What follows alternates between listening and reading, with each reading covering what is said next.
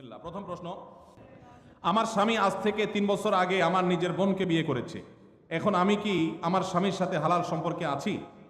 আমি কি তার সাথে থাকতে পারবো? তাদেরও একটি ছেলে আছে। ইন্না লিল্লাহি ওয়া ইন্না ইলাইহি রাজিউন। এই ধরনের মানে জাহালত এখনো আছে। কোন পুরুষ কোন নারীকে বিয়ে করলে ওই নারী তার বিবাহে থাকা অবস্থায় ওই নারীর বোনকে বিবাহ করা বাতিল। এই বিয়ে নয়, এটা জিনা। অতএব এই বোনের কর্তব্য হলো এই পুরুষ থেকে বিচ্ছিন্ন হয়ে যাওয়া এবং তওবা নাসুহা করা। ভয়ঙ্কর জিনায় তারা লিপ্ত হয়েছেন, কারণ এক বোন থাকা অবস্থায় আরেক বোন এর সাথে বিয়ে হতে পারে না। এত জাহালত, এত মূর্খতা এখনো সমাজে আছে, ভাবতে কষ্ট লাগে।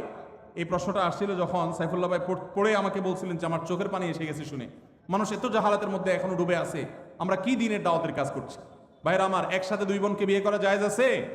কোন বোন যদি কারোর বিবাহে থাকে তাহলে ওই বোনের বোনকে বিবাহ করা হারাম। ওই অবস্থা বিচ্ছেদ হয়ে গেলে, তালাক হয়ে গেলে বা মারা গেলে তারপরে শালিকাকে বিয়ে করলে সেটা জায়েজ হতে পারে, তার আগে জায়েজ নেই। অতএব বিচ্ছিন্ন হতে হবে। এখন আপনি বলতে পারেন তাহলে আমি এখন কি করব? আল্লাহর উপর তাওয়াক্কুল করবেন, আল্লাহ তো রিজিকের মালিক। অনেক চাকরির ক্ষেত্রে দেখা যায়, যেমন ডিফেন্সের চাকরিতে নবী সাল্লাল্লাহু আলাইহি ওয়াসাল্লামের সুন্নাত দায়ী রাখার জন্য সিনিয়রের অনুমতি নিতে হয় এবং চাকরির বয়স কম, তাই অনুমতি দেয় না। এ বিষয়ে যৌক্তিকতা কি? দেখুন, ভারতে ডিফেন্সে আমরা দেখি শিখরা তাদের পাগড়ি পরে তারপরে সেখানে তারা ডিউটি করতে পারে। আমেরিকার মতো দেশে ধর্ম পালন করেও ডিফেন্সে চাকরি করতে পারে। আমাদের দেশে এই রকম অবস্থা তৈরি হয়েছে যে দীর্ঘদিন থেকে নিয়ে দায় রাখতে দেওয়া হতো না, মেয়েদের হিজাব করতে দেওয়া হতো না। একবার বিমানে একজন বিমানবালা আমার কাছে একটা অনুরোধ করলেন যে ভাই, মেহেরবানি করে আমরা যারা হিজাব করে ডিউটি পালন করতে চাই, যদিও বিমানবালার ডিউটি হিজাব করে পালন করেও শরীয়ত মতো পর্দা করা কঠিন, বাকি জেনারেলি অন্যান্য ক্ষেত্রেও মেয়েদের যেন পর্দার সাথে করতে পারেন, তারা অনুরোধ করেছেন। আলহামদুলিল্লাহ, আনন্দের বিষয় যে আমাদের বাংলাদেশ আর্মিতে এখন এই দুইটা বিষয়ে আল্লাহর ফজলে অনুমতি পাওয়া গেছে। বিশেষ করে দায়ের বিষয়টাতে অনুমতি যে নিতে হয়, এটা ডিসিপ্লিনের জন্য। আমার মনে হয় এখানে একটা ড্রেস কোড থাকা উচিত একটা প্রতিষ্ঠানের। সেই হিসাবে ড্রেস কোড থাকবে, নর্মাল প্রসিডিউর থাকবে, কিন্তু অকারণে বয়স কম এই সমস্ত অজুহাতে যদি বাধা দেওয়া হয় তাহলে সেই সিস্টেমটা চেঞ্জ হওয়া উচিত। কারণ সাংবিধানিক অধিকার, যে কেউ তার ধর্ম পালন করতে পারে, সেই সুযোগ থাকা উচিত। আমি আশা করি যে সংশ্লিষ্ট মহল তারা এটা বিবেচনা করবেন বা দেখবেন। মানুষ মারা গেলে পাশে বসে কোরআন তেলাওয়াত ও খাবার আয়োজন করার বিধান কি? খাবার আয়োজন করার বিধান আমি বলেছি, মানুষ মারা গেলে 40 3 দিন আর 7 দিন মানুষ ডাইকা খাওয়ানো, এটা বিদআত। আর মানুষ মারা গেলে তার পাশে বসে কোরআন তেলাওয়াত করাটাও সুন্নাহ সম্মত কোনো কাজ নয়। আমাদের দেশে মানুষ মারা গেলে লাশটাকে মাটিতে বা খাটে রেখে চারপাশে হাফেজ সাহেবদেরকে এনে কোরআন তেলাওয়াত করানো হয়। এটা শরিয়া সম্মত কোনো কাজ নয়। কেন? কোনো মানুষ মারা যাওয়ার পরে কি কি করতে হবে শরীয়তে বলা আছে না নাই? আছে না নাই? মুর্দার লাশের চারপাশে বসে কোরআন তেলাওয়াত করতে হবে, এরকম কোনো হাদিস তো আমি পাই নাই। এটা কোত্থেকে আসলো? কোরআন তেলাওয়াত যে করবে তার লাভ হবে। আল্লাহ কোরআনে বারবার বলেছেন, ও আল্লাইসাল ইনসানে ইল্লা মা সা, যে যেটা করবে সে সেটা পাবে। যিনি তেলাওয়াত করছে তার সওয়াব হবে। মুর্দার কোনো লাভ নাই এখানে তেলাওয়াত করলে। আর যদি বলেন যে কোরআন শোনাচ্ছি, তাহলে ওমা আনতা বিমুসমিউম মান ফিল কুবুর, আপনি তেলাওয়াত শোনাবেন জীবিত মানুষকে, মৃত মানুষকে তেলাওয়াত শুনিয়ে কোনো ফায়দা হবে না। এর সওয়াব হবে জীবিত অবস্থায় শুনলে। এই লোকটা জীবিত অবস্থায় শুনলে সওয়াব পাইতো, মারা গেছে, এখন তার সামনে কোরআন তেলাওয়াত করলে প্রতি অক্ষরে নষ্ট নাকি, এমন কোনো কথা নাই। এই জন্য এইটা দূর হওয়া দরকার। বিশেষ করে এখানে যারা মুর্দার চারপাশে এই যে গোল হয়ে কোরআন তেলাওয়াত করে, এরা সবাই টাকা নেয়। তেলাওয়াতের বিনিময়ে টাকা গ্রহণ করা সারাসার হারাম। যে দেয় সেও হারাম করে, যে নেয় সেও হারাম করে। খতমের নাম দিয়া অনেক এলাকাতে এখনো অনেকে হারাম কাজ করছেন, তাদের আল্লাহকে ভয় করা উচিত। এখানকার জনপূর্ণ স্থান অধিকাংশ সময় আমাদের কিছু সংখ্যক বোনদের অশালীন পোশাকের উশৃঙ্খল অবস্থা, অবাধ মেলামেশা, আবার অনেক সময় সিগারেট হাতে দেখা যায়। এই অবস্থায় তাদের পরিত্রাণ এবং করণীয় ও অভিভাবকদের দায়িত্ব কি হতে পারে? আমার জন্য, আমার বোনদের জন্য দোয়া করবেন, আল্লাহ যেন আপনার নেক হায়াত দান করেন। ভাইরা আমার, এই যুবকের প্রশ্ন বড় প্রাসঙ্গিক প্রশ্ন। আমাদের বোনদের মধ্যে বেহায়ার পরিমাণ বাড়ছে না কমছে? বাড়ছে। এই বেহায়া দূর করার জন্য আমাদের দাওয়াতি কাজ বাড়াতে হবে, বোঝাতে হবে। পশ্চিমের মেয়েরা স্বাধীনতার নাম দিয়ে তাদের পোশাক সংক্ষেপ করা হয়েছে, দলে দলে তারা ইসলামে ফিরে আসছে। তারা বুঝতে পেরেছে এটা স্বাধীনতা নয়, এটা হলো নিজের সম্ভ্রম, নিজের ইজ্জত, নিজের সম্মানকে জলাঞ্জলি দেওয়া, কোরবানি করা। এই জন্য পশ্চিমের মেয়েরা দলে দলে ইসলামে আসছে। পুরান পাগলের যখন ভাত পায় না, নতুন পাগলের আমদানি হয়। আমাদের দেশে অনেকে এসে পশ্চিমাদের এই কালচারের অনুসরণ করে তারা যে নিজেদের ধ্বংস ডেকে আনছে, তারা নিজেদের শান্তির পথ থেকে তাদেরকে সরিয়ে দিচ্ছে। এই জন্য তাদেরকে বোঝাতে হবে, এর ভয়ঙ্কর ক্ষতি বোঝাতে হবে। কেন শরিয়া একজন নারীকে যথাযথ পর্দা মেনটেন করতে বলেছেন? এটা তার সেফটির জন্য, তার নিরাপত্তার জন্য, এটা তার সম্ভ্রমের ব্যাপার। যালিকা আদনা আইয়ুরাফনা, আল্লাহ বলেছেন পর্দার বিধান এই জন্য দেওয়া হয়েছে যে এর মাধ্যমে বোঝা যাবে কে বাজারি মেয়ে আর কে সম্ভ্রান্ত মুসলিম নারী। আল্লাহ আমাদের বন্ধুদেরকে হেদায়েত দান করুন। ধূমপান বা অ্যালকোহল পান করলে কি নামাজ হবে কিনা, বা আমরা অনেকের কাছে শুনেছি যে 40 দিন যাবৎ নামাজ হবে না, এটা কতটুকু সত্য, আর এটার ব্যাখ্যাও জানতে চাচ্ছিলাম। দেখুন, একটি হাদিস রয়েছে, নবী সাল্লাল্লাহু আলাইহি সাল্লাম বলেছেন, কেউ যদি নেশা গ্রহণ করে, নেশা জাতীয় কোনো দ্রব্য গ্রহণ করে এবং সে যদি নেশাগ্রস্ত হয়, 40 দিন যাবৎ তার ইবাদত কবুল হবে না, নামাজ কবুল হবে না। তো এই হাদিসে নেশাগ্রস্ত হওয়ার কথা বলা হয়েছে। ধূমপান করা গুনাহ, এটা জায়েজ নাই, এ বিষয়ে তেমন কোনো মতপার্থক্য আলেমদের মধ্যে নাই। আপনারা জানেন আমাদের দেশে কয়েকটা রোগের কারণে মানুষের মৃত্যুর হার, স্বাভাবিক মৃত্যুর হার কমে ভয়াবহভাবে মৃত্যুর হার বেড়ে চলেছে। এর মধ্যে অন্যতম হলো ক্যান্সার। আমাদের সমাজে আগে এক একটা ইউনিয়নে একজন ক্যান্সারের রোগী খুঁজে পাওয়া কঠিন হতো, এখন ঘরে ঘরে ক্যান্সারের রোগী। আপনি খোঁজ খবর নিলে দেখবেন 2-4-5টা ফ্যামিলির মধ্যে, আত্মীয় স্বজনের চেইনের মধ্যে একজন না একজন ক্যান্সারের রোগী পাওয়া গেছে। ক্যান্সারের যত কারণ আছে এর মধ্যে সবচেয়ে বড় কারণ হলো এই মাদক। এমনকি যারা পানের সাথে জর্দা খান, সাদা পাতা খান, ক্যান্সারের কারণ। ডাক্তাররা সতর্ক করেন কিন্তু আমরা শুনি না। যারা ধূমপান করছেন তারা নিজেদেরকে ধ্বংসের দিকে ঠেলে দিয়েছেন।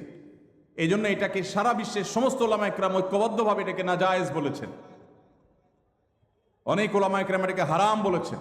এই জন্য এমনিতে ধূমপান করা নাজায়েজ কথা, গুনাহের কথা। পাশাপাশি কেউ যদি নেশাগ্রস্ত হয়ে যায় তাহলে তার 40 দিনের ইবাদত কবুল হবে না, সে কথাও হাদিসে আছে। বিধায় এটা থেকে বেঁচে থাকা দরকার। আমাদের যে সমস্ত ভাইয়েরা ধূমপানের বদভ্যাসে এখনো আছেন, অনেকেই আছে, এই মাহফিলে হয়তো থেকে থাকতে পারেন, তাদের সংশোধনের জন্য সবচেয়ে বড় সুযোগটা সামনে আসছে রমজান মাস। রমজান মাসে মানুষ 12 থেকে 14-16 ঘন্টা এমনি রোজা রাখে, আবার ঘুমে থাকে রাতে প্রায় 6 ঘন্টা, তাহলে 14 আর 6 20 ঘন্টা।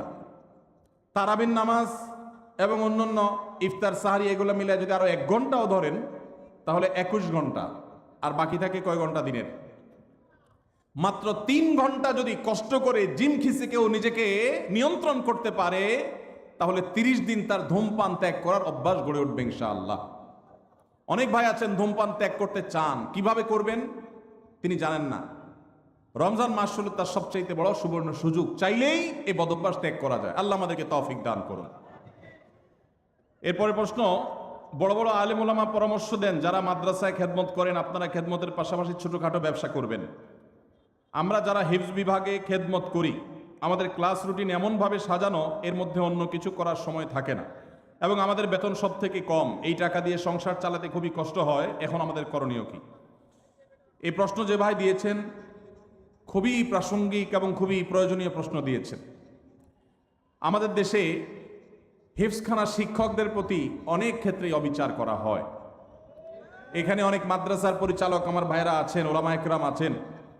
বিনয়ের সাথে বলতে চাই, মাদ্রাসার সংখ্যা, ছাত্রের সংখ্যা না বাড়িয়ে আল্লাহর ওয়াস্তে করজোড় করে অনুরোধ করি কোয়ালিটি বাড়াবার চেষ্টা করেন।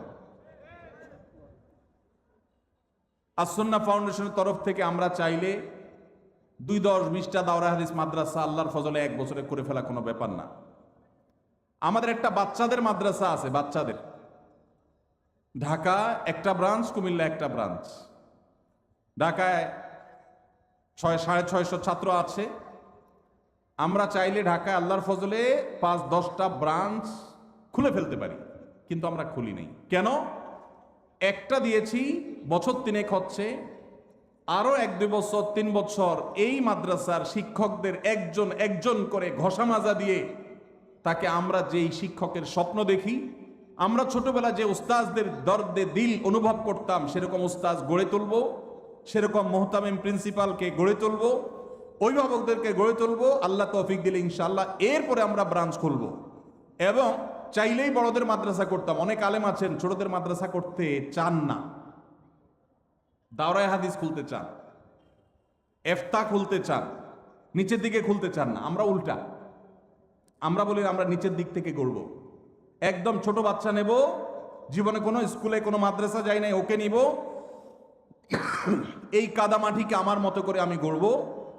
এই ছেলেই এক সময় যুগের মুজাদ্দিদ হবে ইনশাআল্লাহ। আর আমি নিচ থেকে নানান বদভ্যাস এক এক মাদ্রাসা এক এক স্কুল থেকে এক একটা নিয়ে আসে, ওই বুড়ো বয়সে বাচ্চার পিছনে সময় দিব, ওইটা সময়টাকে আমরা নষ্ট সময় মনে করি। হ্যাঁ, তাদের পিছনে সময় দিতে হবে ভিন্নভাবে, কিন্তু আমরা কোয়ালিটি গড়ার চেষ্টা করি। ভাইরা আমার, যারা মাদ্রাসা পরিচালনা করেন, আল্লাহর ওয়াস্তে ছাত্র সংখ্যা না বাড়িয়ে, বলতে ভালো শোনা যায় 500 ছাত্র, 600 ছাত্র, দাওরায়ে হাদিস আছে, ইফতা আছে, আদব আছে, এই গাল গল্প না দিয়ে এইটা বলার চেষ্টা করেন যে আমার এখানে শিক্ষকদের বেতন 20-30 হাজার টাকার নিচে নাই, আমার এখানে পরিচ্ছন্ন পরিবেশ 5 স্টার 4 স্টার দরকার নাই, কমপক্ষে 2 স্টার মানের আছে। এটা বলেন যে আমার এখানকার বাচ্চারা, উস্তাদরা সবাই আল্লাহওয়ালা, তাহাজ্জুদ গুজার, এটা বলার মতো পরিবেশ গড়েন। সংখ্যা বাড়াবেন না। যেই পরিমাণ মাদ্রাসা এই দেশে আছে, যদি কোয়ালিটি ভালো থাকতো, সঠিক থাকতো, এই দেশের চেহারা বদলাই তার কিচ্ছু দরকার হতো না। এই যে হিফজখানার উস্তাদদের বেতন কম দেন কেন রে ভাই? এই জুলুম। আমরা আমাদের মাদ্রাসা আলহামদুলিল্লাহ জিম্মাদার যিনি, তাকেও দেওয়ার চেষ্টা করি 70,000 টাকার বেশি মাসে।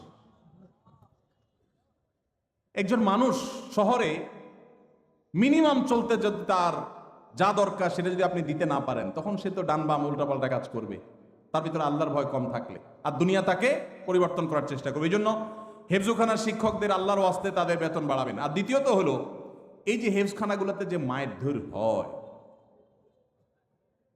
এমন মারধর এখন কমে গেছে আলহামদুলিল্লাহ, কিন্তু এখনো অনেক জায়গায় আছে। এই মারধর কেন হয়? এর যদি 10টা কারণ থাকে, তার একটা কারণ হলো একই ওস্তাদ ওই ভোর 4টা বাজে উঠছে, রাত 10টা পর্যন্ত উনি বসে আছে। মানুষ তো বেচারা, এই ছেলে পড়া পারতেছে না, ওই ছেলে দুষ্টামি করতেছে, এই সবগুলো তার ব্রেনের উপরে প্রেসার পড়ে। সকাল থেকে রাত পর্যন্ত এই একই জিনিস করতে করতে করতে করতে তার ভিতরে যে চাপ আসে, এই চাপের কারণে সে অনেক সময় দেখা যায় মেজাজ হারিয়ে ফেলে। ভাইরা আমার, ইসলাম তো আমাদেরকে ব্যালেন্স শিখিয়েছে, ব্যালেন্স।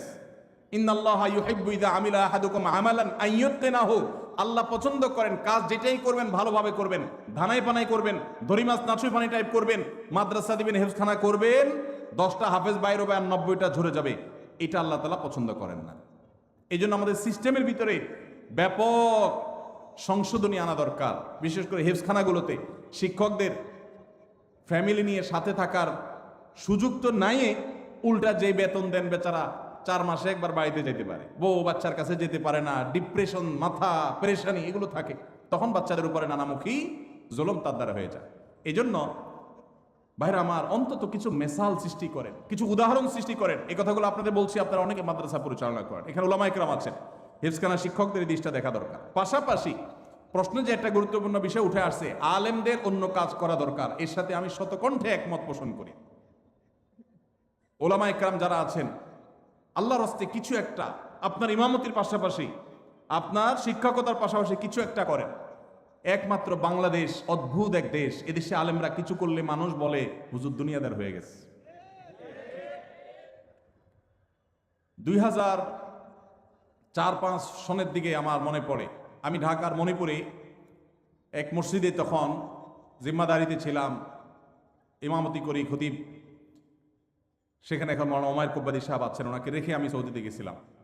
তো আমার মনে আছে, আমার মুয়াজ্জিন সাহেব, উনি তখনকার আমলে আপনার ওই যে ফোনে রিচার্জ করার যে কার্ড, তখন তো কার্ড অনেক বেশি বিক্রি হতো, তখন এই কার্ডগুলোর ব্যবসা উনি শুরু করবেন, আমার সাথে পরামর্শ করলেন। আমি বললাম খুব ভালো কথা, দেদারসে শুরু করে দেন। কোন মুসল্লি যদি আপনার চোখের দিকে তাকায়, আমাকে দেখা দিবেন সেই মুসল্লিকে, তারা শায়েস্তা করার দায়িত্ব আমার। ওলামায়ে কেরাম তারা যদি তাদের দ্বীনি কাজের পাশাপাশি ব্যবসা বাণিজ্য করেন, দেশের জন্য ভালো না খারাপ? আপনি যদি সৌদি আরবে যান, আপনি অবাক হয়ে যাবেন। একজন ইমাম পাওয়া কঠিন হবে, শতকরা একজন ইমাম পাওয়া কঠিন হবে যে ইমাম শুধু ইমামতি করে। অদ্ভুত দেখ, শুধু বাংলাদেশ, আর কিছু করতে পারে না।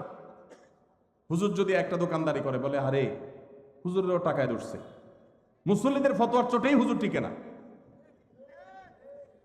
আপনি দেখবেন মসজিদুল হারাম, মদিনার মসজিদে নববীর ইমাম খতিব যারা আছেন, এমনকি মুয়াজ্জিন যারা আছেন, আমার জানা মতে একজনও নাই যে শুধুমাত্র এই হারাম শরীফের চাকরি করে। হারাম শরীফের মতো জায়গায় যারা ইমাম আছেন, তারা একজন মন্ত্রী পদমর্যাদার প্রটোকল পান, সরকারি বাসা বাড়ি, সৌদি আরবের মতো জায়গায়। এরপরেও দেখবেন হয় কোনো কোর্টের বিচারক ইমাম সাহেবরা, আর না হলে কোনো বিশ্ববিদ্যালয়ের শিক্ষক, সব পিএইচডি হোল্ডার, বড় বড় আলেম। মুয়াজ্জিন সাহেবরা কোথাও না কোথাও চাকরি করেন। হারামের একজন মুয়াজ্জিনের অফিসে আমি সাক্ষাৎ করলাম বছর 2 আগে, আব্দুল্লাহ সাইফুল্লাহ সাথে ছিলেন আমার। ওনার অফিসে গেলাম, এক বাংলাদেশি বলল যে হারামের অমুক মুয়াজ্জিন সাহেবের অফিসে আমি টি বয়ের কাজ করি, আপনারা কি দেখা করবেন নাকি? আমি বললাম হারামের মুয়াজ্জিনের সাথে দেখা করো তো সৌভাগ্যের, চলেন যাই। গেলাম, যাই দেখি কোর্টে তিনি একটা টেবিল চেয়ার নিয়ে বসে কাজ করছেন, এটা চাকরি করতেছে। হারামের মুয়াজ্জিনই তো দূরের কথা, হারামের ঝাড়ুদারি করার সুযোগ পাইলে তো আমাদের দাপটে চলে বলতাম আবার চাকরি করে কে, দরকার আছে? হাদিয়ে খেয়ে তো কুলাবো না। আপনি যদি দারুল দেওবন্দ যান, আপনি দেখবেন দেওবন্দ মাদ্রাসার শিক্ষকদের কারোর হয়তো বুক বাইন্ডিংস এর দোকান আছে, কারোর হয়তো দাওয়াখানা আছে। আপনি পাকিস্তানে যান, দেখবেন যে এগুলো আছে। তারেক জামিল সাহেবের ওই যে কি এমটিজে, মৌলানা তারেক জামিল চেইন শপ করেছে। জোনায়েদ জামশেদ, তারও ছিল ফ্যাশনের দোকান। বাংলাদেশে আলেমদের এগুলো করতে দোষ। আমি আলহামদুলিল্লাহ দীর্ঘদিন থেকে স্বপ্ন দেখছি এবং স্বপ্নের খুব কাছাকাছি আমি অবস্থান করছি। ছোট ছোট করে এক বা একাধিক ব্যবসা একযোগে শুরু করবো ইনশাআল্লাহ, উদ্বুদ্ধ করার জন্য। ওলামা ইকরামকে আল্লাহ তাআলা সাধারণ মানুষের দিকে যেন চেয়ে থাকতে না হয়, তাদের হাদিয়া নির্ভর যেন হতে না হয়, আল্লাহ সেই তৌফিক দান করুন। এই জন্য সে আন্তরিকতা থাকতে হবে। এখন মুশকিল হলো, আমরা যারা আবার ব্যবসা বাণিজ্যে যাই, অনেকে সেই দিকে যাইয়া আমাদের দিনদারিতা এটাতে ঘাটতি চলে আসে, ওটা যেন না আসে। আল্লাহ আমাদেরকে তৌফিক দান করুন। তাহলে হাফেজ সাহেবদের বেতন বাড়ায় দিবেন, তাদের প্রতি জুলুম করবেন না। 5-7 হাজার 10,000 টাকা বেতন, এটা এই যুগে একটা মানুষ চলার জন্য যথেষ্ট না। আল্লাহর ওয়াস্তে এটা করবেন না। মাদ্রাসায় যারা পরিচালনা করেন, যতটুকু পারবেন ততটুকু নেবেন। আপনারা বলছে কে 500 ছাত্র ভর্তি করতে? আপনারা বলছে কে দাঁড়া পর্যন্ত খুলে বসে থাকতে? আপনি যতটুকু চাপ নিতে পারেন ততটুকু নেন, আল্লাহ তাআলা বারাকা দিবেন ইনশাআল্লাহ। আল্লাহ আমাদেরকে তৌফিক দান করুন। হাত পা সচল ও কাজ করার ক্ষমতা আছে, তারপরে ভিক্ষা করে তাদের পেশা হয়ে দাঁড়িয়েছে, তাদেরকে জেনে শুনে ভিক্ষা না দিলে কি গুনাহ হবে কিনা? না, ভিক্ষা না দিলে তো গুনাহ হবেই না। বরং ঢাকায় বিশেষ করে বাচ্চা ভাড়া আনে ভিক্ষা করার জন্য, জানেন তো আপনারা? মহিলার কোলে বাচ্চা, এই বাচ্চা এই মহিলা কয়েক ঘন্টা ভিক্ষা করবে, আবার এরপরে আরেক মহিলা ভিক্ষা করবে, তার কাছে আবার ভাড়া দেওয়া হবে। এই কথাও ঢাকায় এই জিনিসও আছে। তো সেজন্য আপনার কাছে যদি মনে হয় কোনোটা পেশাদার ভিক্ষুক, ওইটার পেশা হলো ভিক্ষুক, আপাদমস্তক সুস্থ সবল মানুষ, কাজ করে না, সে ভিক্ষা করে, তাহলে তাকে ভিক্ষা যদি আপনি না দেন, এর কারণে গুনাহ তো হবেই না, বরং আপনি তাকে সম্ভব হলে নসিহা করে কোনো কাজের জন্য উদ্বুদ্ধ করবেন, এতে আপনার সওয়াব হবে ইনশাআল্লাহ। তবে ধমক দিবেন না। ও আম্মাসা এলা ফালা তানহার, কেউ হাত বাড়ালে দিতে না পারলে বিদায় দিবেন, পারলে সুন্দরভাবে বিনম্রতার সাথে নসিহা করবেন, ধমক দিবেন না। ধমক দিতে আল্লাহ নিষেধ করেছেন, কারণ আপনি জানেন না তো যাকে আপনি মনে করছেন যে সে পেশাগত কারণে এটা করছে, হতে পারে সে আসলে অভাবী, তখন তার দিলের বদদোয়া পাবেন। এর জন্য ধমক দিবেন না, তবে বোঝানোর চেষ্টা করবেন। আল্লাহ আমাদের তৌফিক দান করুন। বিভিন্ন ইসলামী অনুষ্ঠান অর্থাৎ মাহফিলকে কেন্দ্র করে পাড়া মহল্লা এবং বিভিন্ন হাট বাজারে চাঁদা তুলে মাহফিলের আয়োজন করে, এটা ইসলাম কতটুকু সমর্থন করে? ভাইরা আমার, আপনারা করছেন নি? কিরকম করছেন? ফিতা দিয়া? মাশাআল্লাহ মাশাআল্লাহ, এটা একটা মেসালি মাহফিল। এই মাহফিল এটা হয় নাই, আল্লাহ শুকর। আমাদের যখন আমরা মাহফিল করতাম, এখন তো মাহফিল করি না আমি, যখন আমি মাহফিল করতাম আমার একটা ফর্ম ফিল আপ করতে হইতো। ওখানে 12-13টা শর্ত দেওয়া থাকতো, এর ভিতরে একটা হলো এইটা। আমরা লিখে দিতাম যে এই মাহফিলের টাকা কিভাবে জোগাড় হবে সেটা আমাদেরকে বোঝাতে হবে আগে। এরপরে এই রাস্তাঘাটে গণকালেকশন হবে কিনা এটা আমরা জানতে চাইতাম, যদি হয় সেই মাহফিলে আমরা যেতাম না। দেখুন, একটা সময় আমরা যখন মাদ্রাসায় পড়েছি, মাদ্রাসা চালাবার জন্য ওস্তাজদের সাথে আমরাও কালেকশনে বের হয়েছি। বাংলাদেশে এখন আল্লাহর ফজলে একটা ওয়াজ মাহফিল করার জন্য যেই টাকার দরকার হয়, সম্মানজনকভাবে সেই টাকা কালেকশন করা সম্ভব, প্রত্যেকটা এলাকায় সম্ভব। কিছু মানুষের খাসলত আছে যে রাস্তাঘাটে নামাজ ছাড়া তাদের কোনো কাজ হয় না। মাদ্রাসা ছোট ছোট বাচ্চাদেরকে দেওয়া, নিজেরা রাস্তাঘাটে গাড়ির গতি থামায়া আপনি মানুষের কাছ থেকে চাঁদাবাজি করছেন, এটা আল্লাহর দ্বীনকে অপমান করার শামিল। আপনাকে বলে কি লাখ টাকার বক্তা হায়ার করার জন্য, যে বক্তাকে লাখ টাকা না দিলে আসবে না, সেই বক্তার টাকা জোগাড় করার জন্য রাস্তা আল্লাহর দ্বীনকে বেইজ্জত করছেন। এটা দ্বীনের খেদমত নয়, এটা দ্বীনের ক্ষতি করা। আল্লাহ আমাদেরকে বোধোদয় যেন হয় সেই তৌফিক দান করুন। ভাইরা আমার, যতটুকু লোড নিতে পারবেন ততটুকু করবেন। কে বলেছে আল্লাহ আপনাকে বলেছে যে তুমি একেবারে সবচেয়ে ভাইরাল হুজুর নিয়ে আসো যে লাখ টাকার বান্ডিল ছাড়া যাবে না? কে বলছে? অনেক মুখলেস ওলামা একরাম আছেন, সাদা মাটা কথা বলবেন। হেদায়েতের মালিক কে? আল্লাহ রাব্বুল আলামিন। আমাদের পূর্বসূরীদেরকে দেখবেন অনেক সহজ সরল কথা বলেছেন, হাজারো মানুষে হেদায়েত হয়ে গেছে। কত মায়ের পেছের কথা আমরা বলি, হেদায়েত মানুষের হয় না, জোয়ার হয়, হেদায়েত হয় না। আল্লাহ আমাদেরকে সেরকম মাহফিল করার তৌফিক নসিব করুন। আদর্শ মাহফিল করতে গিয়ে আল্লাহর দ্বীনকে কখনো বেইজ্জত করব না ইনশাআল্লাহ। লাইলাতুন নিসফি মিন শাবান প্রচলিত শবে বরাত উপলক্ষে আমাদের করণীয় কি? বিশেষ করে এই রাতে মসজিদে ওয়াজ মাহফিল, দোয়া দুরূদ, ইবাদত বন্দেগী এবং নানা ধরনের খানাদানার আয়োজন করা হয়। কোরআন সুন্নাহর আলোকে এগুলো ঠিক কিনা জানালে উপকৃত হব। ভাইরা আমার, লাইলাতুন নিসফি মিন শাবান, যেটাকে আমরা শবে বরাত বলি, এই লাইলাতুন নিসফি মিন শাবানে আল্লাহ তাআলা হিংসুক এবং মুশরিক ছাড়া বাকি মানুষদেরকে, বাকি মুসলমানদেরকে আল্লাহ তাআলা সাধারণ ক্ষমা ঘোষণা করেন মর্মে একটা হাদিস আছে। এছাড়া আরো বেশ কিছু হাদিস আছে যেগুলোর কোনো না অনেকগুলো সনদের মধ্যে কিছুটা দুর্বলতা আছে, কিন্তু মোটের পরে এ রাতের ফজিলত সুসাব্যস্ত এবং প্রমাণিত। কিন্তু এর মানে এই নয় যে এই রাতকে কেন্দ্র করে আমরা যা করি আমাদের দেশে তার সব সঠিক। আমাদের দেশে লাইলাতুল বরাতে মানুষের যে ভিড় মসজিদগুলোতে, এটা তো ভালো জিনিস যে মানুষ মসজিদে আসছে, কিন্তু অন্যদিন না এসে এই রাতে বেশি আসার কারণটা কি? লাইলাতুল কদর বেশি ফজিলতপূর্ণ নাকি এই রাত বেশি ফজিলতপূর্ণ? লাইলাতুল কদরের সাথে কোনো তুলনা চলবে? সেই রাতে মানুষ কি এত বেশি ইবাদতের চেষ্টা করে? তাহলে এই রাতে এত বেশি চেষ্টার রহস্যটা কোথায়?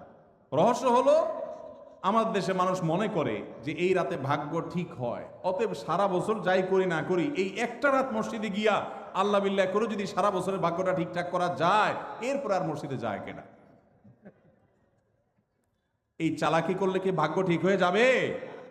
ভাইরা আমার, লাইলাতুন নিসফি মিন শাবানকে কেন্দ্র করে বহুবিধ বিদআত, বহুবিধ বাড়াবাড়ি, বহুবিধ কুসংস্কার আমাদের সমাজে আছে। এক সময় তো প্রচুর পরিমাণ পটকা ফুটাফাটি চলতো। আলহামদুলিল্লাহ, প্রশাসনের ভাইয়েরা প্রতি বছর নিষেধাজ্ঞা আরোপ করেন এবং এটা অনেকটা কমেছে, যেটা আমাদের নিরাপত্তা হুমকির মধ্যে আমাদেরকে ফেলে। দ্বীনের নামে আমরা কখনো সেগুলো করতে পারি না। অনেক মসজিদে আলোকসজ্জা করা হয়। আলোকসজ্জা তো আপনি এমনিই করেন সারা বছর, কিন্তু এই রাতকে কেন্দ্র করে আলাদা করে আলোকসজ্জা করা, এই রাতকে কেন্দ্র করে ওই যে হালুয়া রুটি খাওয়ার একটা ব্যাপার এখনো আমাদের দেশে কোথাও কোথাও আছে। অনেকে মনে করে নবীজির দাঁত মোবারক শহীদ হয়েছেন উহুদের ময়দানে, তো তিনি হালুয়া খাইছেন, সেজন্য আমরা ভালো দাঁতে হালুয়া খাই। নবীজির দাঁত ভাঙে হালুয়া খাইছেন, আমাদের আস্ত দাঁতে আমরা কি খাই? হালুয়া খাই। আপনার বাপের ঠ্যাং ভেঙে গেছে, উনি একটা লাঠি দিয়া খোড়ায় খোড়ায় হাঁটে, আপনার আস্ত ভালো দুইটা ঠ্যাং আছে, আপনি বাপের মহব্বতে বলছেন বাবা তোমার পাওটা ভেঙে গেছে, সেই মহব্বতে আমি আমার ভালো পাও নিয়ে লাঠি দিয়ে আমি খোড়ায় খোড়ায় হাঁটতেছি। কি বলেন? বাপ খুশি হবে? খুশি হবে? বলবে এটা তো বেয়াদবি, তামাশা করতেছো আমার সাথে, আমার ভেঙাইতেছো। নবীজি সাল্লাল্লাহু আলাইহি সাল্লাম দাঁত মোবারক শহীদ হয়েছে বাতিলের বিরুদ্ধে জিহাদ করতে গিয়ে।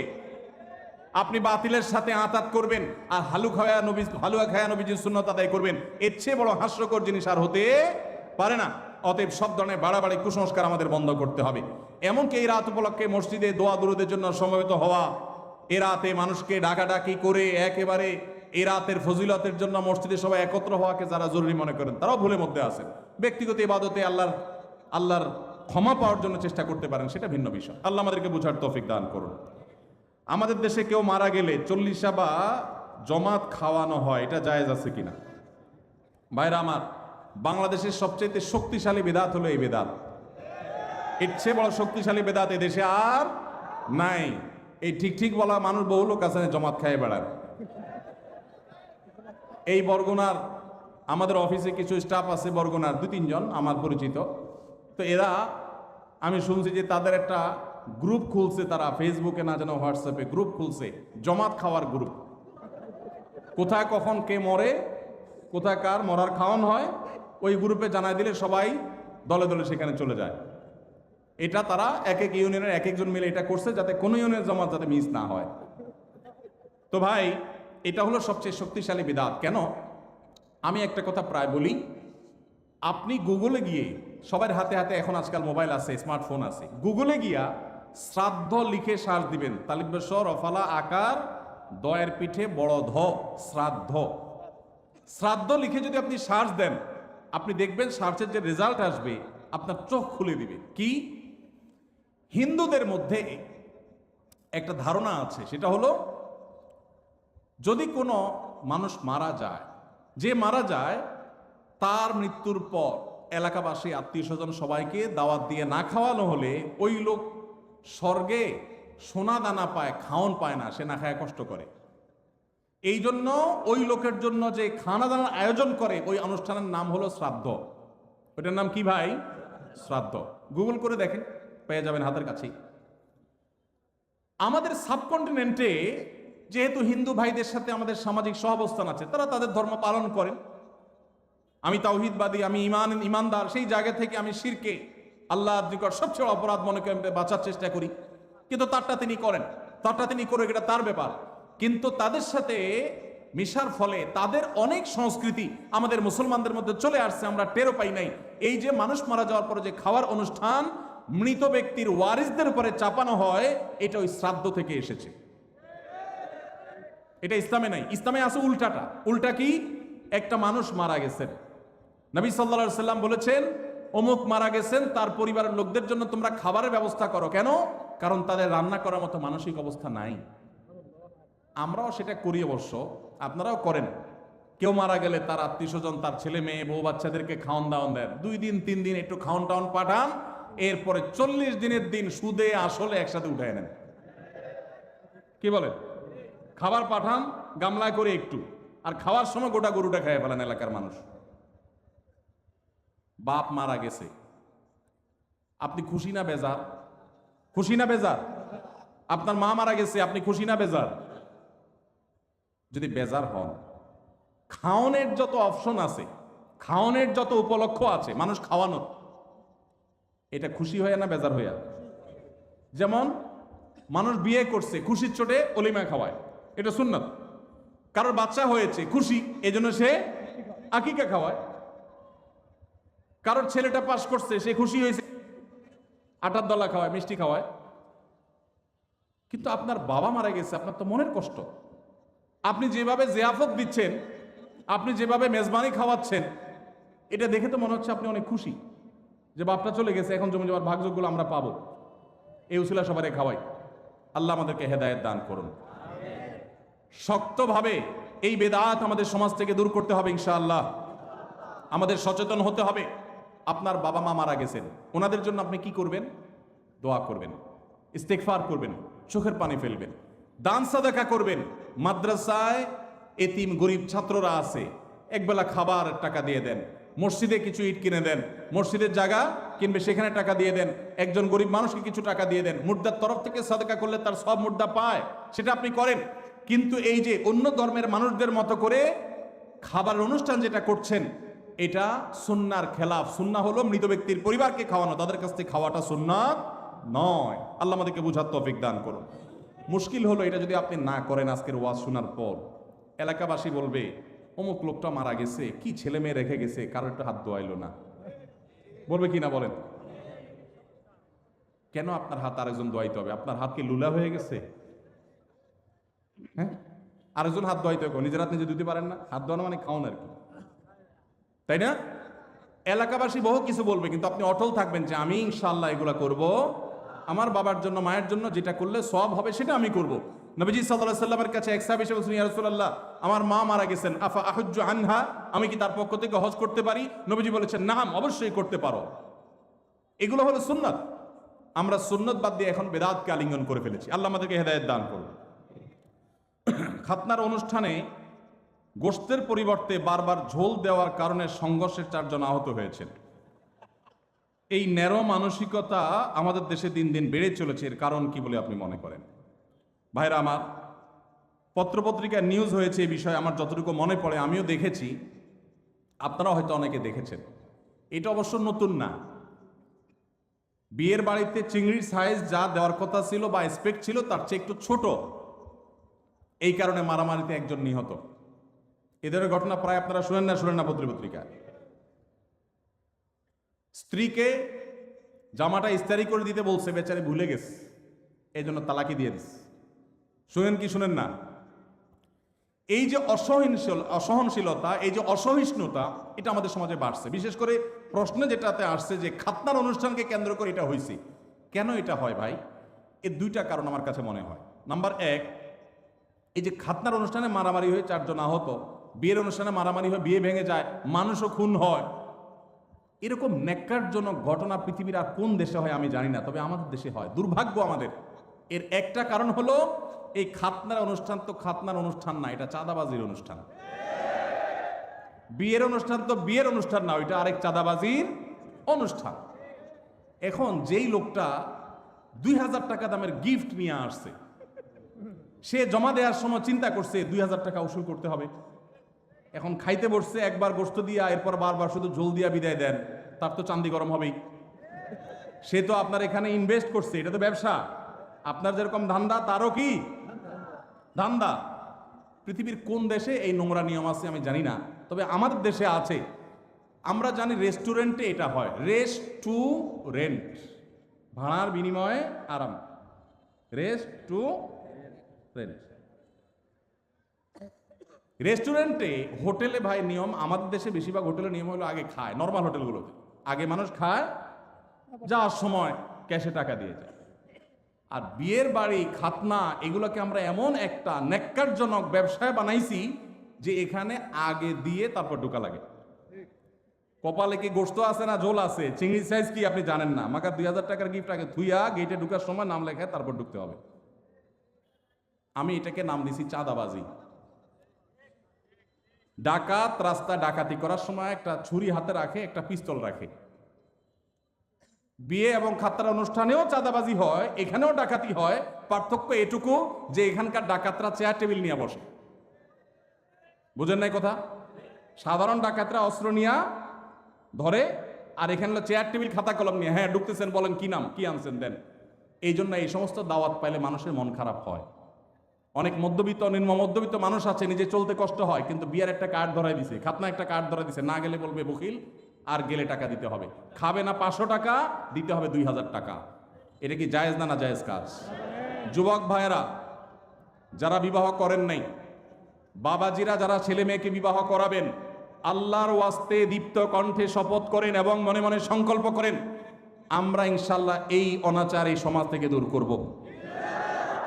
আপনি খাতনা করাবেন, খাতনা অনুষ্ঠান করবেন, কয়েকজন মানুষকে মেহমানদারি করবেন, ভালো জিনিস খাওয়ান, অসুবিধা নাই তো, কোনো আলেম নিষেধ করেন নাই তো এটা। কিন্তু আপনি সেটাকে ব্যবসা বানায় নিছেন। আপনার যদি খাবারের ব্যবসা করার এত প্ল্যানই থাকে, এই দাওয়াতের নামে নাটক না করে আপনি রেস্টুরেন্ট খুলে বসেন, খানা বেচবেন, 500 টাকার খানা খাওয়াবেন, হাদিয়া নেবেন 2000। অনেক জায়গায় আগে থেকে যোগ বিয়োগ করা হয়, মেহমান দাওয়াত দিব 500, খরচ হবে এত, এক একজন এবারে যে 1000 করে আনলো, লাভ থাকবে এত। এটা কি ব্যবসা না? ব্যবসা না? এই ব্যবসার অনুষ্ঠান করতে আমাদের লজ্জা হওয়া উচিত।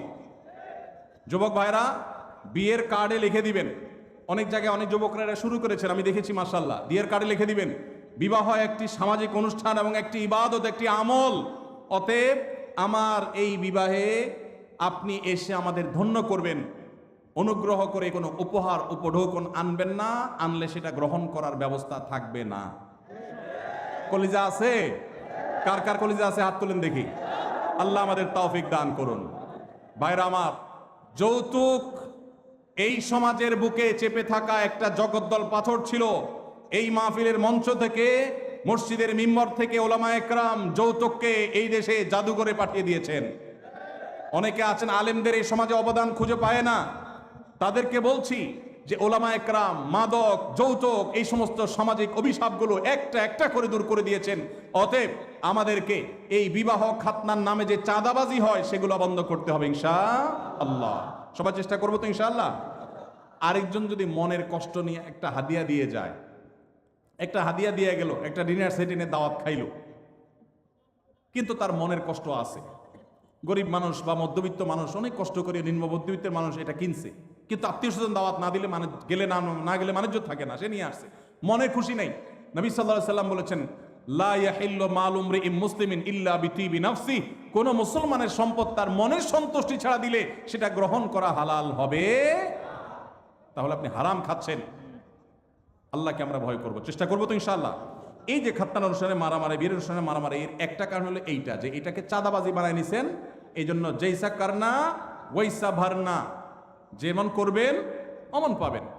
নাম্বার 2, দ্বিতীয় কারণ হলো আমাদের মন মানসিকতাগুলো দিন দিন এত বেশি ভোগবাদী হয়ে উঠছে, আমাদের শিক্ষিতের হার বেড়েছে, মনুষ্যত্বের হার বাড়ে নাই। আমাদের দেশে শিক্ষিত মানুষের হার বেড়েছে, ভালো মানুষের হার বাড়ে নাই, কমেছে। যার কারণে সর্বত্র দেখবেন দুর্নীতি, অপশাসন, অন্যায়, অনাচার ভরে গেছে। এই জন্য আমাদের সমাজে, আমাদের শিক্ষা প্রতিষ্ঠানগুলোতে, আমাদের জাতীয় কারিকুলামে, আমাদের স্কুল কলেজে ধর্মীয় শিক্ষা বাধ্যতামূলক করতে হবে। এগুলো আমাদের সন্তানদেরকে মনুষ্যত্ব শিখাবে, নৈতিকতা শিখাবে, আদর্শ শিখাবে। যতদিন আমাদের শিক্ষা প্রতিষ্ঠানগুলোতে, পরিবারগুলোতে দ্বীনের চর্চা ছিল, ততদিন মানুষ এত নিচে নামে নাই, আলহামদুলিল্লাহ। এখন দিনদারিতা কমছে, মানুষ পশুত্বকে হার মানিয়ে দিচ্ছে। আল্লাহর ওয়াস্তে আমরা সহনশীলতার চর্চা করব। আমাদের মধ্যে সবর কমে যাচ্ছে, বেসবরই বাড়ছে। নফল আমল করার মানুষ পাবেন, ওয়াজ মাহফিলে আসার মানুষের অভাব নেই, কিন্তু চুন থেকে নুন খসলেই চান্দি গরম হয়ে যায়। ভালো না খারাপ? ভালো না খারাপ? যে নিজের রাগকে সংবরণ করতে পারে না সে কি ভালো মুসলমান? যে রাগকে সংবরণ করতে পারে। আপনি গিয়েছেন একটা দাওয়াতে, অনেক মানুষকে বড় মুখ করে নিয়ে গেছেন, যারা দাওয়াত খাওয়াচ্ছে তারা একটু ছোট লোকই করছে, হয়তো একটু মেহমানদারিতে কমতি করছে, কিন্তু তাই বলে আপনি সেখানে গন্ডগোল, ফাসাদ, ঝগড়া লাগাবেন? আপনার চাইতে নিচু মানুষ তো আরেকজন হতে পারে না। এই জন্য যুবক ভাইরা নিজেদেরকে ধৈর্যশীল বানানোর চেষ্টা করবো তো ইনশাআল্লাহ। কিয়ামতের ময়দানে আল্লাহর কাছ থেকে ব্লাঙ্ক চেকের মাধ্যমে যদি কেউ সওয়াব পেতে চান, ব্লাঙ্ক চেক তো বুঝি আমরা না, কেউ কোনো কাজের বিনিময়ে আপনাকে 2 লাখ, 5 লাখ, 10 লাখ বা কিছু একটা ফিগার দিলেন, এটা এক জিনিস। আরেকটা হলো চেকে সই করে খালি চেক দিয়ে দিছে, অঙ্ক তুমি বসায় নয়, যা খুশি। তো এর চাইতে বড় বিনিময় আর হতে পারে? আল্লাহ রাব্বুল আলামিন কিয়ামতের ময়দানে ব্লাঙ্ক চেকের মতো বিনিময় দিবেন, একটা আমলের বিনিময়। বলবো সেটা কোনটা? আল্লাহ বলেছেন কোরআনে, ইন্নামা ইউওয়াফাস সাবিরুনা আজরাহুম বিগাইরি হিসাব। ধৈর্যশীলদের, যারা নিজেদেরকে সংবরণ করতে পারে, চান্দি গরম হলে উল্টাপাল্টা বলে ফেলে না, করে না, সবসময় সবর করে। সবরের যে 3টা প্রকার আছে, ইবাদত করতে গিয়ে সবর, পাপ কাজ ছাড়তে গিয়ে সবর। সবাই ভ্যালেন্টাইন ডে উপলক্ষে সাথীরা, বন্ধুরা অপকর্মে লিপ্ত হয়, সে তার জীবনকে বাঁচাবার জন্য, চরিত্রকে বাঁচাবার জন্য সংগ্রাম করে বেড়ায়, এটা একটা সবর। মাথা রক্ত উঠার মতো কাজ হয়েছে, কিন্তু সে নিজেকে ধরে রাখতে পারে, হজম করে, সবর করে, এটা সবচেয়ে বড় সবর। তো এই যে সবর যারা করে, আল্লাহ বলেছেন ইন্নামা ইউওয়াফাস সাবিরুনা, ধৈর্যশীলদেরকে বিনিময় দেয়া হবে আজরাহুম বিগাইরি হিসাব, কোনো হিসাব ছাড়া, ব্ল্যাঙ্ক চেক। আল্লাহ আমাদেরকে ধৈর্যশীল হওয়ার তৌফিক দান করুন। নামাজি মুসলমান পাবেন, দাড়ি লম্বা আলা মুসলমানও পাবেন, জুব্বা টুপি আলা মুসলমানও পাবেন, আলেম মুসলমানও পাবেন, কিন্তু ধৈর্যশীল মুসলমানের সংখ্যা অনেক কম, অনেক কম। আল্লাহ আমাদের ধৈর্যশীল হওয়ার তৌফিক দান করুন। সালাম দিলে কত নেকি এবং সালামের উত্তর দিলে কত নেকি হয়, এ বিষয়ে আপনারা মতামত জানতে চাচ্ছি। আমাদের গ্রামে সালাম নিয়ে নতুন করে ফিতনা হচ্ছে, এটা আবার কি? সালাম নিয়ে আবার কি ফিতনা হয়? হ্যাঁ ভাই, সালাম যে আগে দিবে আল্লাহ তাআলা তাকে কত নেকি দিবেন,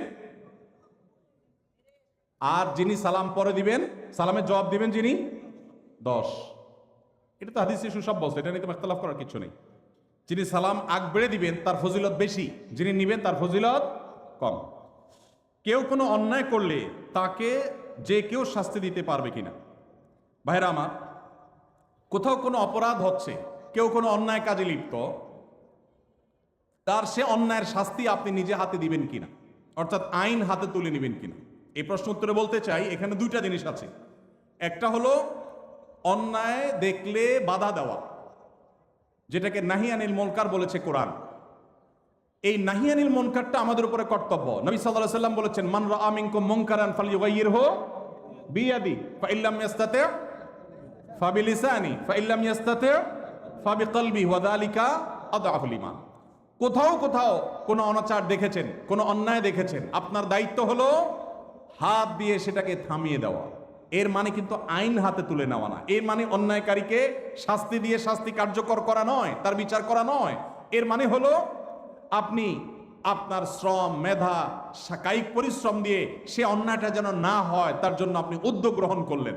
সে উদ্যোগটা আপনাকে আইন হাতে তুলে নিতে বলে না, কিন্তু উদ্যোগ নিতে হবে। আর যদি সেটা না পারেন, অন্তত মুখ দিয়া বলবেন, ভাই অন্যায়টা করবেন না। আপনি যদি কোথাও অন্যায় হচ্ছে দেখেন, আপনি সেখানে প্রতিবাদ করবেন। তবে সেক্ষেত্রে নাহিয়ানিল মুনকার করার ক্ষেত্রেও, অসৎ কাজ, অন্যায় কাজে বাধা দান করার ক্ষেত্রেও আপনাকে হিকমা অবলম্বন করতে হবে। আপনাকে সর্বোচ্চ উপায় অবলম্বন করতে হবে, যথাযথ উপায়। যদি সেক্ষেত্রে আপনি ত্রুটি করেন, তাহলে দ্বীনের খেদমত করতে গিয়ে দ্বীনের আরো ক্ষতি হতে পারে কি পারে না? এই জন্য ভাইরা, বিদগ্ধ আল্লাহ বিরু আলেমদের সংস্রব, সোহবত, তত্ত্বাবধান নিয়ে এই সমস্ত কাজ করবেন, তাহলে এই সব কাজ সুফল বয়ে আনবে। আর না হলে এগুলো ক্ষতি আমাদের করবে। চেষ্টা করবো তো সবাই ইনশাআল্লাহ। ভাইরা আমাদের অনেক ভাইরা আছেন এই জাতীয় কাজ করতে গিয়ে তারা লেজে গোবর করে ফেলেন। এই জন্য ওলামাদের তত্ত্বাবধান এবং পরামর্শ গ্রহণ করবো ইনশাআল্লাহ। দ্বিতীয় আরেকটা জিনিস আছে এখানে, সেটা হলো আমরা এই জাতীয় নাহিয়ানিল মুনকার করার বিষয়টি যেমন আমাদেরকে করতে হবে, পাশাপাশি কোনো লোক অপরাধ করলে তাকে আপনি মারধর করে, তাকে আপনি আঘাত করে শাস্তি কার্যকর করবেন, এই অধিকার ইসলাম আপনাকে, আমাকে, কাউকে দেয় নাই। এটা করবে বিচার ব্যবস্থা। ইসলামিক বিচার ব্যবস্থা যেন আসে, আল্লাহর বিধানের যেন বিচার হয়, তার জন্য চেষ্টা করবেন। তাই বলে আপনি নিজে বিচার শুরু করবেন না। যদি করেন তাহলে কি হবে? সমাজ সুশৃঙ্খল হবে না বিশৃঙ্খল হবে? আমার মতে আপনি অপরাধী, আপনাকে শাস্তি দেওয়া দরকার, আমি আপনাকে মারা শুরু করব। আপনার মতে আমি অপরাধী, আপনি আমাকে মারা শুরু করবেন। সমাজে কি শান্তি হবে না অশান্তি হবে? ইসলাম আমাদেরকে শৃঙ্খলা শিখায় না বিশৃঙ্খলা শিখায়? অতএব আমরা আইন কখনো হাতে তুলে নিব না। কারোর বিচার করার দায়িত্ব আমার আপনার না, তবে আমাদের দায়িত্ব নাহিয়ানিল মুনকার করা। আমরা একদিকে দেখা যায় অনেকে বিচারের কাজ নিজের হাতে তুলে নেন, আবার অনেককে দেখা যায় তারা নাহিয়ানিল মুনকারটা পর্যন্ত করেন না। আল্লাহ আমাদেরকে ব্যালেন্স করার তৌফিক দান করুন। চেষ্টা করবো তো ইনশাআল্লাহ। ভাইরা আমরা অনেকে মনে করি না আমরা বিচার করে ফেলবো। দেখুন, সাহাবা ইকরাম যখন দেখতেন কেউ কোনো অন্যায় করেছে, এমন অন্যায় করেছে যে তার মৃত্যুদণ্ড হওয়া উচিত, এমন একটা জঘন্য কাজ করেছে, তখন সাহাবীরা কি করতেন? ডাইরেক্ট ওই লোকটাকে মেরে ফেলতেন যায়? নিজের হাতে আইন বা বিচার বাস্তবায়ন করতেন না। তখন সাহাবীরা কি বলতেন? বহু হাদিস এরকম পাওয়া যায়। নবীজি সাল্লাল্লাহু আলাইহি ওয়াসাল্লামকে তারা জিজ্ঞাসা করতেন, হে আল্লাহ রাসূল, আপনি অনুমতি দেন আমি এই মুনাফিকের গর্দান উড়াই দিই। এরকম হাদিস আছে না নাই? এই হাদিসটার মর্ম হলো, এই হাদিসটার ব্যাখ্যা হলো, নবীজি সাল্লাল্লাহু আলাইহি ওয়াসাল্লাম মদিনা রাষ্ট্রের প্রধান বিচারক, শাসক, তার কাছ থেকে সাহাবী অনুমতি নিচ্ছেন, হে আল্লাহ রাসূল, আপনি বিচারক হিসাবে আপনি আমাকে অনুমতি দিলে আমি শাস্তি কার্যকর করব। তার মানে নিজের হাতে তিনি সেটা করতেন না, নবীজির নির্দেশের অপেক্ষা করতেন। তাহলে বোঝা গেছে বিচার আমরা যে কেউ নিজের হাতে তুলে নিতে পারি না।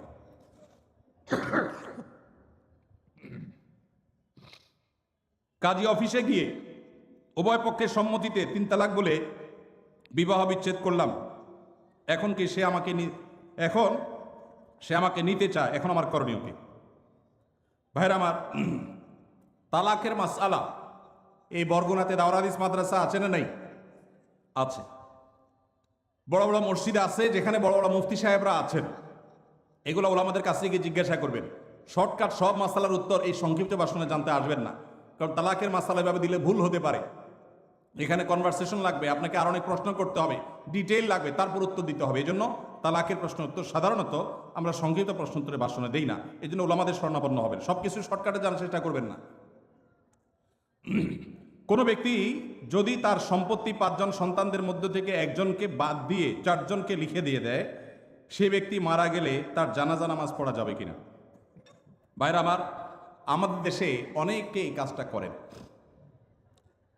তেজ্যপুত্র করেন।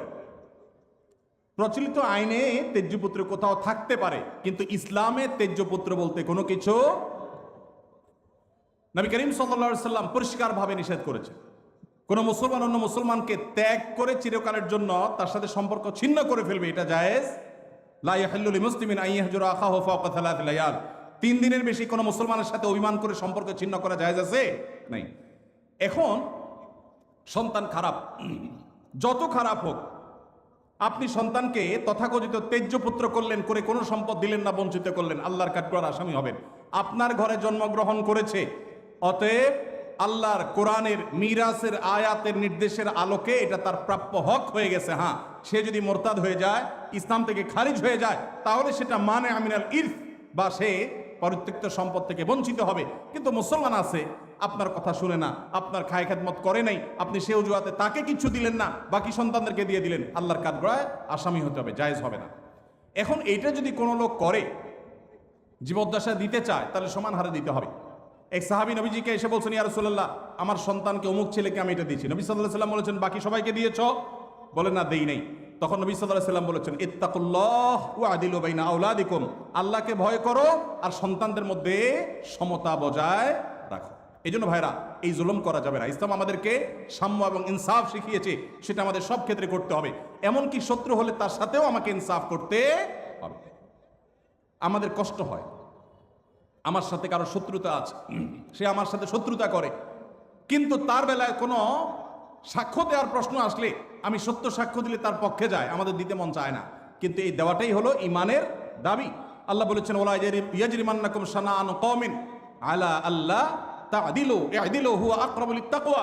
কারোর সাথে শত্রুতা আছে দেখে আপনি ইনসাফ করবেন না, এটা জায়েজ আছে? এজন্য বাবাজিরা সাবধান, সন্তান সন্ততিদের মধ্যে কোনো প্রকার হেরফের করবেন না, এটা জায়েজ নাই। সেই সন্তান যদি খারাপ হয়, সে আল্লাহর কাছে দায়ী হবে, ভিন্ন কথা। তো আপনি তাকে সম্পদ থেকে বঞ্চিত করতে, হ্যাঁ, যেটা আপনি করতে পারেন, একটা সন্তান নেককার, মাদ্রাসায় পড়ে, দিনদার, ওকে একটু সম্পদ বাড়াই দিলেন তার দিনদারিতার কারণে, সেটা জায়েজ আছে।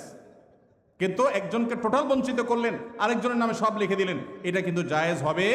এখন কোনো মুরব্বী যদি এই কাজ করেন, তিনি মারা গেলে তার জানাজা পড়া যাবে না, এমন কোনো কথা নেই। তার জানাজা পড়বেন, কিন্তু তিনি আল্লাহর কাছে দায়ী থাকবেন। সন্তানদের কর্তব্য হলো, বাবা যাকে বঞ্চিত করছে আমাদের ভাগ থেকে তাকে দিয়ে আমরা ব্যালেন্স করে ফেলবো, তাহলে আশা করা যায় আল্লাহ তাআলা বাবাকে হয়তো মাফ করবেন। আমাদের দেশে ব্যবসার ক্ষেত্রে টাকা দিয়ে যে শেয়ার হয়, যেমন এক দোকানদারকে আমি 1 লক্ষ টাকা দিলাম, সে আমাকে কোন হারে দিবে, হালাল পন্থা কি?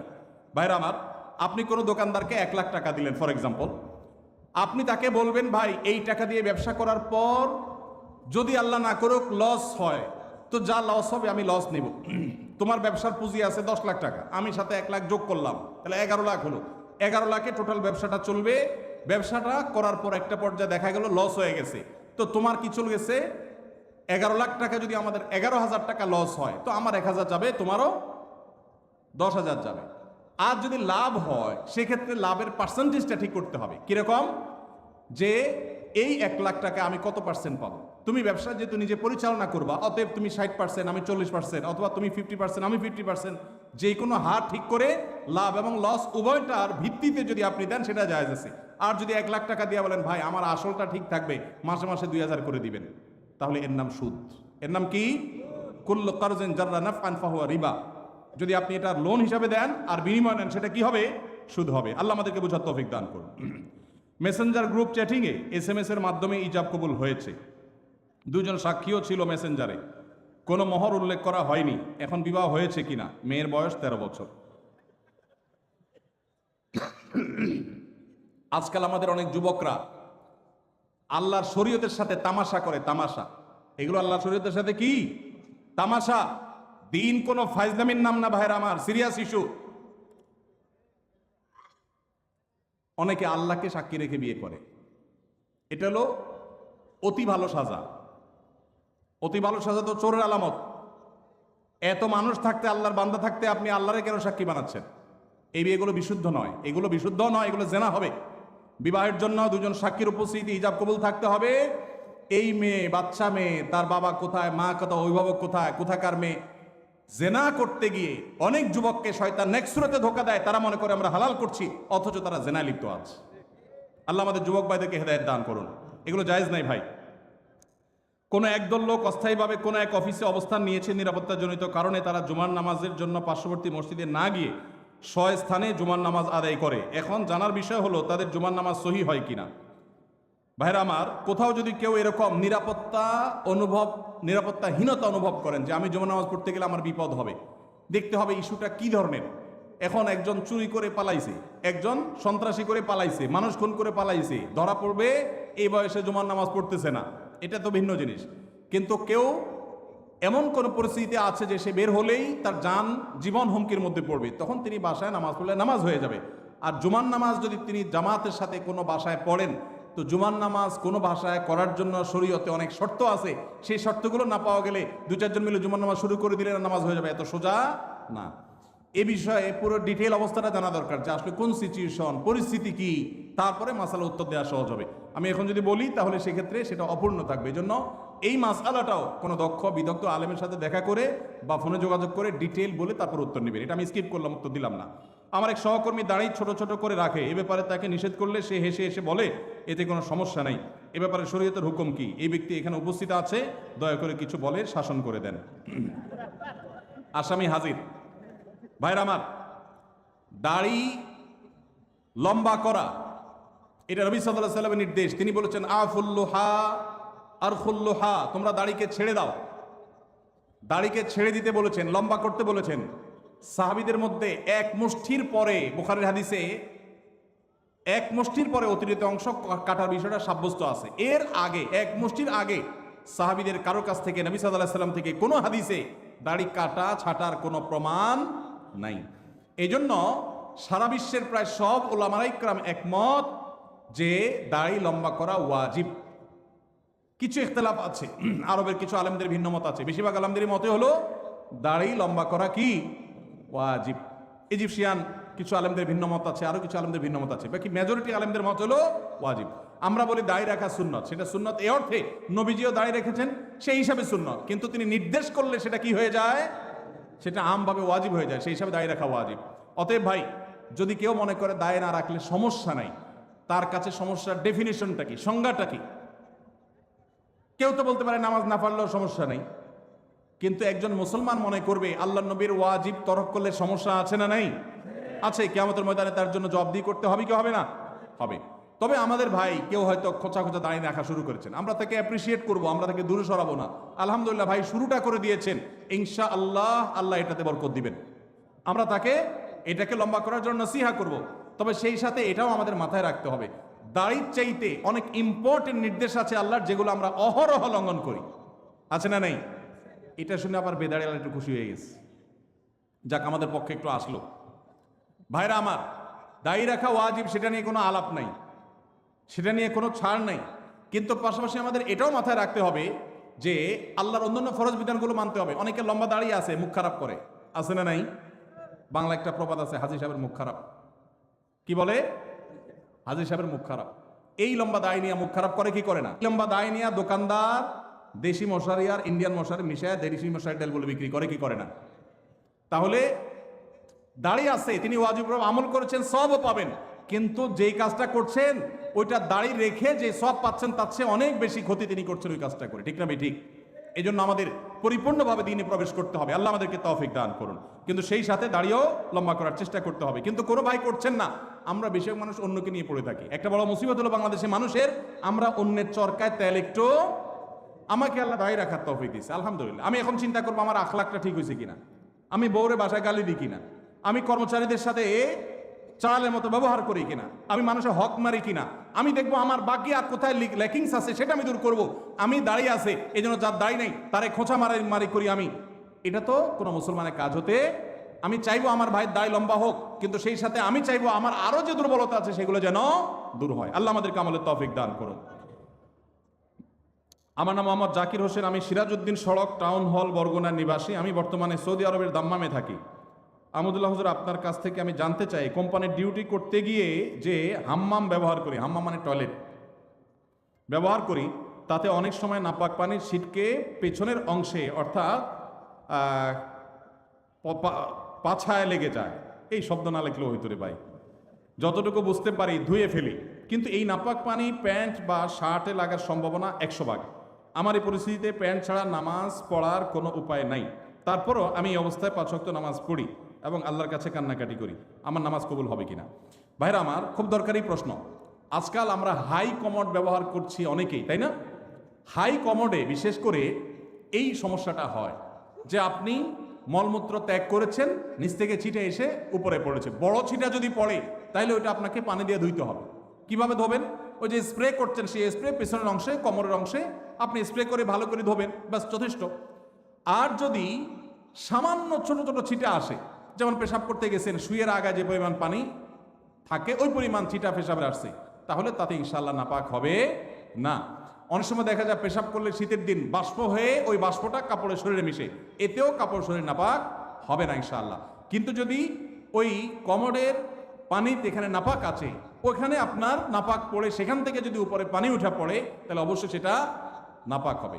অনেকের আবার এখানে সূচিবায়ুর রোগ আছে, অহেতুক সন্দেহ করে, কিছুই হয় নাই উনি সন্দেহ করে, সেটা আবার সমস্যা। সন্দেহকে কোনো প্রশ্রয় দেওয়া যাবে না।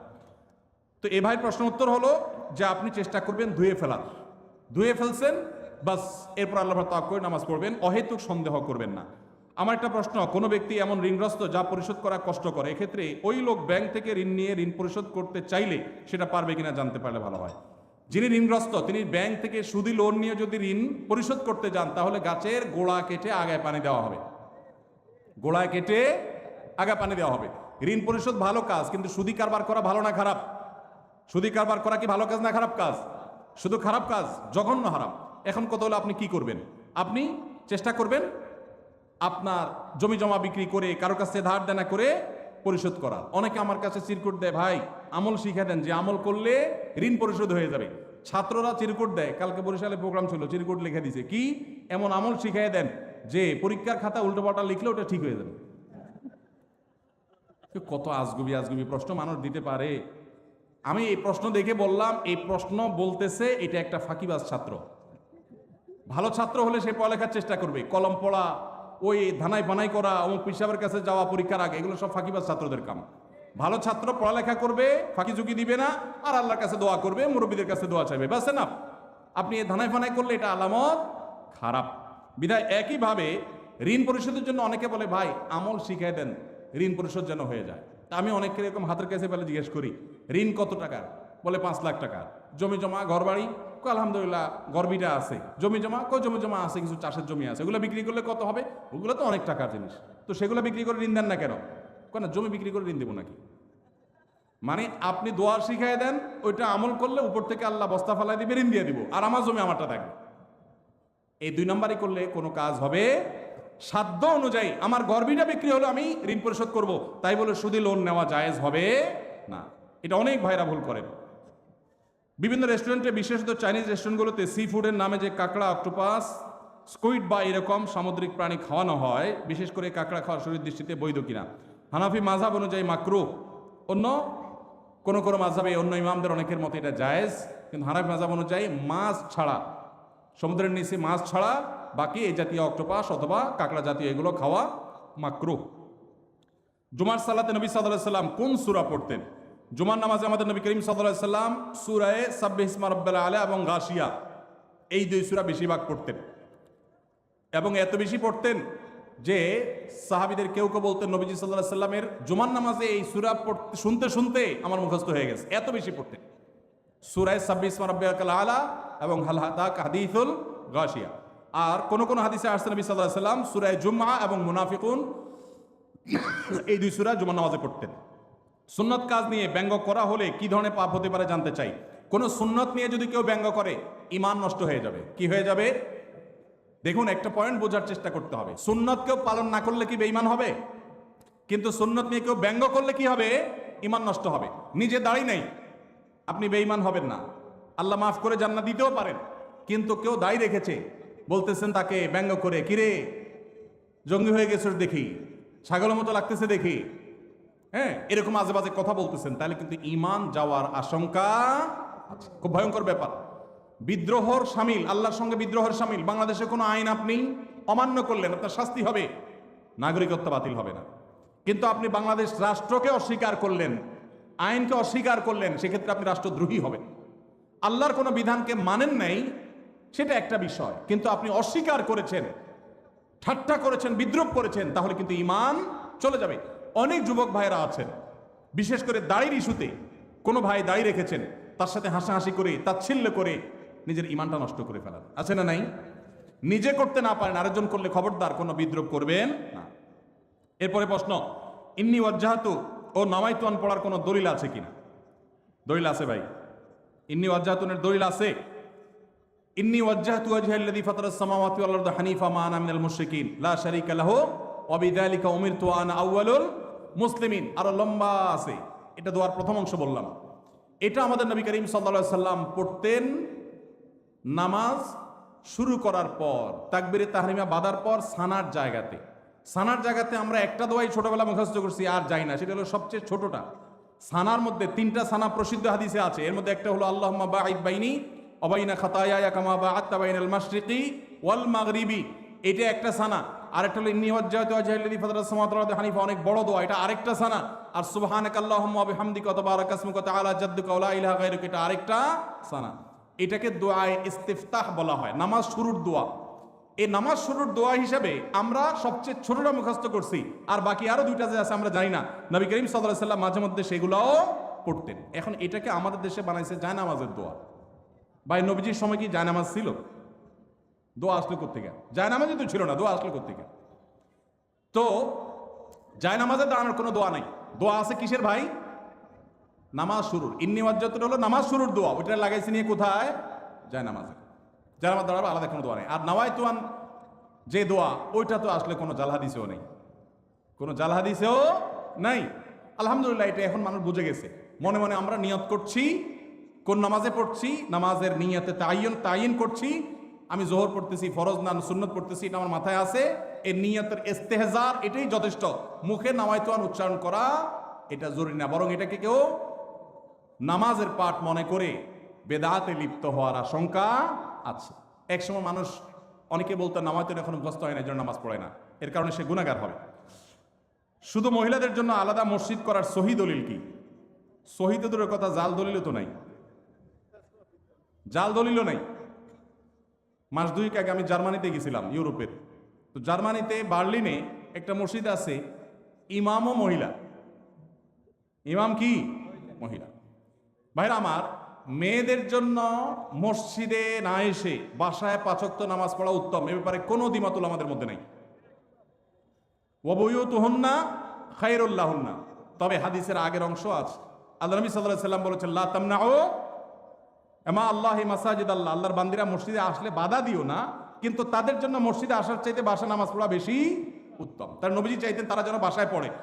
মসজিদে দিনই কোনো প্রোগ্রাম, কোনো বিশেষ কারণে যদি আসে, দিনই এলেম অর্জন করার জন্য আসে, তাহলে ফিতনামুক্ত সেই পরিবেশ থাকলে আসবে, আর না হলে সেটাও বাসা বা অন্য অঙ্গনে হবে। আর পাবলিক প্লেসে যে মসজিদগুলো, শহরের মসজিদগুলো, মহিলারা বাজারে ডাক্তার দেখাইতে বিভিন্ন কারণে আসে, সেগুলো তো অবশ্যই মেয়েদের নামাজের ব্যবস্থা থাকা দরকার।